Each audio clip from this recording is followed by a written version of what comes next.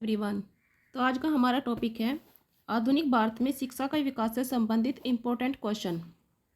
Topic को हम detail में पहले ही कर चुके हैं। अगर आप वो देखना चाहते हैं तो हमारी इससे संबंधित 4 वीडियो है, आप पहले वो देख लीजिए, तभी हमें टॉपिक अच्छे से क्लियर होता है। और लेकिन आज हम करेंगे यहाँ इससे संबंधित जो जो क्वेश्चन यहाँ पे बनेंगे वो सभी यहाँ करने वाले हैं। तो चलिए शुरू करते हैं और देखते हैं पहला क्वेश्चन क्या है। पहला क्वेश्चन है इसमें, ब्रिटिश सरकार के किस अधिनियम ने सर्वप्रथम भारत में शिक्षा के लिए 1 लाख रुपए दिए थे। तो यहाँ बात हो रही है कि जो ब्रिटिश सरकार थी उसने कब पहली बार भारत में शिक्षा पर व्यय करने की बात कही। इसके ऑप्शन देखते हैं क्या है।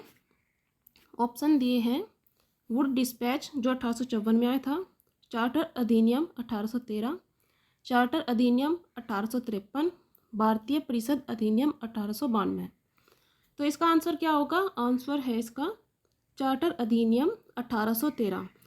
इसी अधिनियम में सर्वप्रथम इन्होंने बात कही थी कि हम भारत में शिक्षा पर 1 लाख रुपए खर्च करेंगे। इससे पहले इन्होंने भारतीय शिक्षा पर व्यय करने की कभी कोई बात नहीं की। इतने बड़े देश में ये केवल 1 लाख रुपए पर ईयर खर्च करना चाहते थे। देखिए इतनी बड़ी जनसंख्या है पर उस पर 1 लाख रुपए खर्च करने में कितना पैसा खर्च होगा। अगर हम विद्यालय, प्रत्येक विद्यालय, विश्वविद्यालय किसी की बात करें, इन्होंने टोटल पर ही बोला था कि हम 1 लाख रुपए खर्च करेंगे। लेकिन यहाँ इम्पोर्टेंट ये है कि इस बार इन्होंने बात तो की कि हम शिक्षा पर खर्च करेंगे। इसके अलावा इन्होंने 1813 के अधिनियम में और क्या था, भारत में ईसाई मिशनरियों को आने की अनुमति यहाँ पर दी गई थी। वे अपने धर्म का प्रचार प्रसार यहाँ पर कर सकते थे। तो उनके आने पर भी जब वे भारत में आए उससे भी शिक्षा को बढ़ावा मिला। तो यहाँ इसका आंसर क्या है। आंसर है चार्टर अधिनियम 1813। चलिए नेक्स्ट क्वेश्चन देखते हैं क्या है।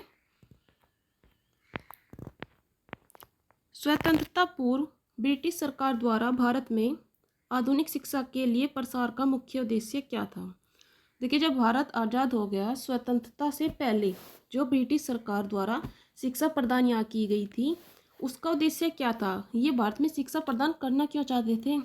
ये तो नहीं चाहेंगे कि यहाँ के व्यक्ति जो है वो शिक्षित हो, लेकिन उसके बावजूद इन्होंने यहाँ शिक्षा का प्रसार क्यों किया, यहाँ विद्यालय क्यों खोले, विश्वविद्यालय क्यों खोले, इनका मुख्य उद्देश्य क्या था।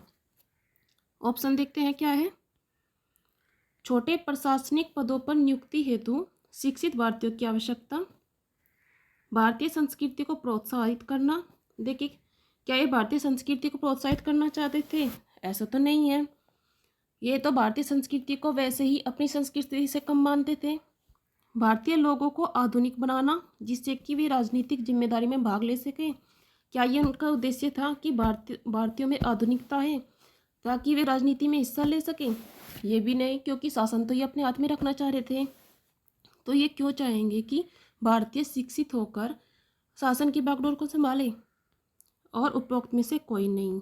तो यहाँ जो सही आंसर है वो है छोटे प्रशासनिक पदों पर नियुक्ति हेतु शिक्षित भारतीयों की आवश्यकता।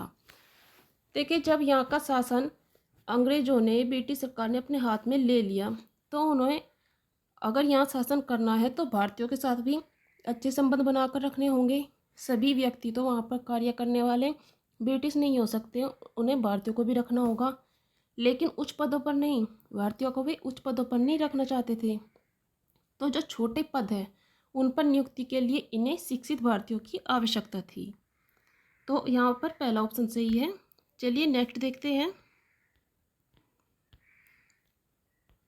भारत में अंग्रेजों ने प्रथम मदरसा कहाँ स्थापित किया था। ऑप्शन है मद्रास, मुंबई, अलीगढ़ और कोलकाता। ये क्वेश्चन हमने पढ़ते टाइम किया था। तो सबसे पहले जो भारत में मदरसा स्थापित किया था वो कहाँ किया गया था, कोलकाता में। किसने किया था, ये वॉरेन हेस्टिंग्स के द्वारा स्थापित कराया गया था कोलकाता में पहला मदरसा। नेक्स्ट क्वेश्चन है,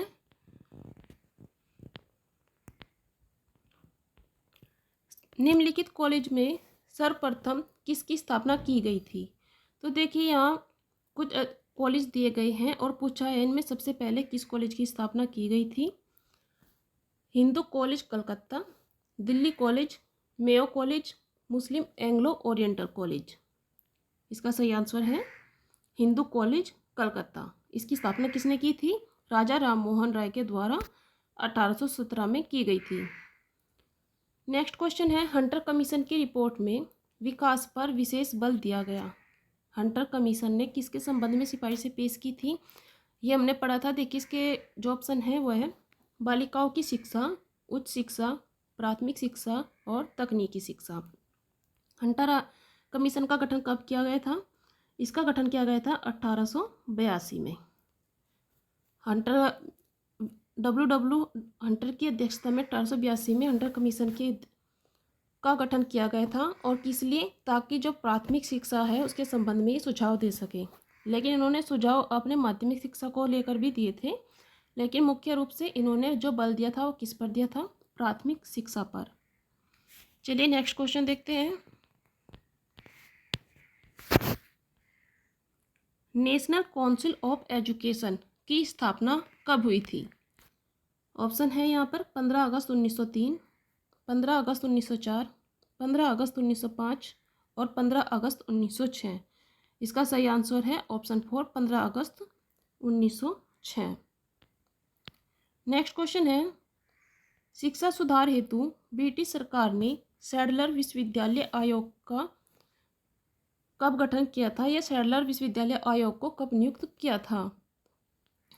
ऑप्शन दिए हैं 1919, 1917, 1921 और 1944।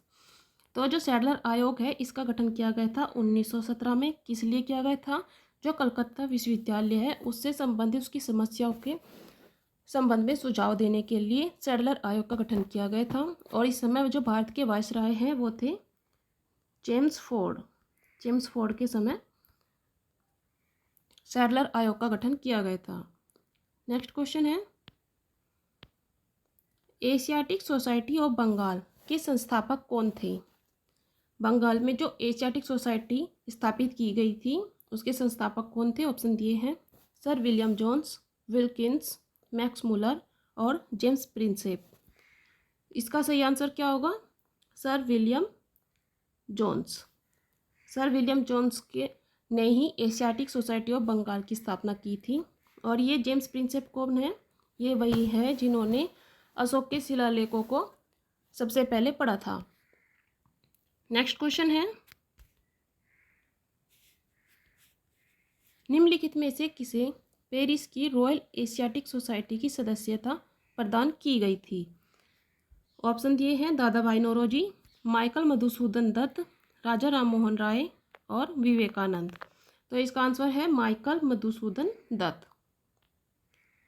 नेक्स्ट क्वेश्चन है, डेक्कन एजुकेशन सोसाइटी की स्थापना से कौन संबंधित था? ऑप्शन है जस्टिस रानाडे, फिरोज शाह मेहता, बाल गंगाधर तिलक और दयानंद सरस्वती। आंसर क्या है इसका? बाल गंगाधर तिलक। किसके प्रयत्नों से मुंबई में प्रथम महिला विश्वविद्यालय की स्थापना हुई थी? ऑप्शन दिए हैं डी के कर्वे, महादेव गोविंद रानाडे, रमाबाई और बाल गंगाधर तिलक। इसका सही आंसर क्या है? देखिए जो मुंबई में प्रथम महिला विश्वविद्यालय की स्थापना की गई थी वो डी के कर्वे के प्रयासों से की गई थी। नेक्स्ट क्वेश्चन है, वाराणसी में प्रथम संस्कृत महाविद्यालय की स्थापना किसने की थी? ऑप्शन दिए हैं Jonathan Duncan, Warren Hastings, Lord Macaulay और बंकिम चंद्र। सही आंसर क्या है इसका? Jonathan Duncan. जोनाथन डंकन के ने 1791 में बनारस में संस्कृत कॉलेज की स्थापना की थी।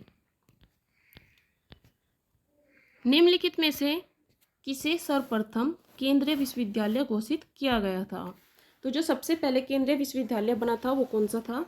ऑप्शन दिए हैं अलीगढ़ मुस्लिम विश्वविद्यालय, डॉक्टर भीमराव अंबेडकर विश्वविद्यालय, बनारस हिंदू विश्वविद्यालय और इलाहाबाद विश्वविद्यालय। इनमें सबसे पहले केंद्रीय विश्वविद्यालय किसे घोषित किया गया था? तो वो बनारस हिंदू विश्वविद्यालय। नेक्स्ट क्वेश्चन है, निम्नलिखित में से किसने भारतीय विश्वविद्यालय में धार्मिक शिक्षा के लिए प्रबल रूप से वकालत की थी? कौन चाहता था कि भारत के जो विश्वविद्यालय हैं उनमें धार्मिक शिक्षा प्रदान की जाए? इसके ऑप्शन हैं बाल गंगाधर तिलक, स्वामी विवेकानंद, महात्मा गांधी और मदन मोहन मालवीय। तो यहाँ पर सही आंसर है मदन मोहन मालवीय। नेक्स्ट क्वेश्चन है, भारत में प्रथम 3 विश्वविद्यालय की स्थापना किस वर्ष हुई थी? जो 3 विश्वविद्यालय बने थे उनकी स्थापना कब हुई थी?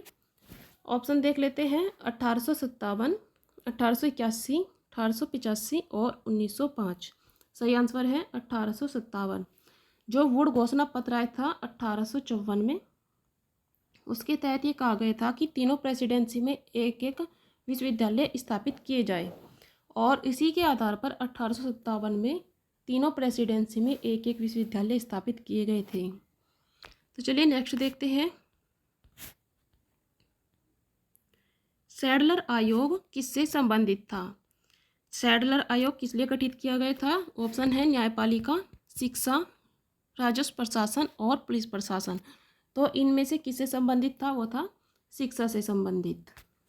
नेक्स्ट क्वेश्चन है, भारत में आधुनिक शिक्षा प्रणाली की नींव इनमें किसके द्वारा पड़ी? तो ऑप्शन दिए है 1813 का चार्टर अधिनियम, 1835 के मैकाले का स्मरण पत्र, 1882 का हंटर आयोग और 1854 का वुड डिस्पैच। तो यहाँ आंसर सही क्या होगा? 1835 का मैकाले का स्मरण पत्र। ये वही मैकाले हैं जिन्होंने बताया था कि जो शिक्षा का माध्यम है वो अंग्रेजी हो, और इन्हीं की इस बात के आधार पर विलियम बेंटिक ने शिक्षा का माध्यम अंग्रेजी को घोषित कर दिया था। इन्होंने ही जो शिक्षा का अधोगामी निस्यंदन सिद्धांत है वो दिया था। इनका कहना था कि जन जन तक शिक्षा का प्रसार न किया जाए, जो उच्च वर्ग है केवल उन्हें शिक्षा प्रदान की जाए, और उनसे के माध्यम से धीरे धीरे नीचे तक के सभी वर्गों तक शिक्षा अपने आप पहुंच जाएगी। नेक्स्ट क्वेश्चन देखते हैं, किसके शासनकाल में भारत में अंग्रेजी शिक्षा आरंभ की गई? तो अंग्रेजी शिक्षा किसके शासनकाल में शुरू की गई थी? ऑप्शन दिए हैं lord William Bentinck, lord Hardinge, lord Minto और डलहौजी। तो इनमें सबसे पहले जो शिक्षा अंग्रेजी शिक्षा किसके समय शुरू हुई थी? लॉर्ड विलियम बेंटिक के समय। नेक्स्ट क्वेश्चन देखते हैं, भारत की शैक्षणिक नीति में अधोगामी निस्यंदन सिद्धांत किसने दिया था? अभी हमने पढ़ा है निस्यंदन सिद्धांत किसने दिया था? लॉर्ड मैकाले ने। कब? 1835 के अपने स्मरण पत्र में इन्होंने ये बताया था। नेक्स्ट क्वेश्चन है, सर्वप्रथम भगवत गीता का अंग्रेजी में अनुवाद किसने किया? तो भगवत गीता का अंग्रेजी में अनुवाद किसने किया था? ऑप्शन यहाँ दिए हैं William Jones, Charles Wilkins, Alexander Cunningham और जॉन मार्शल। यहाँ सही आंसर क्या है?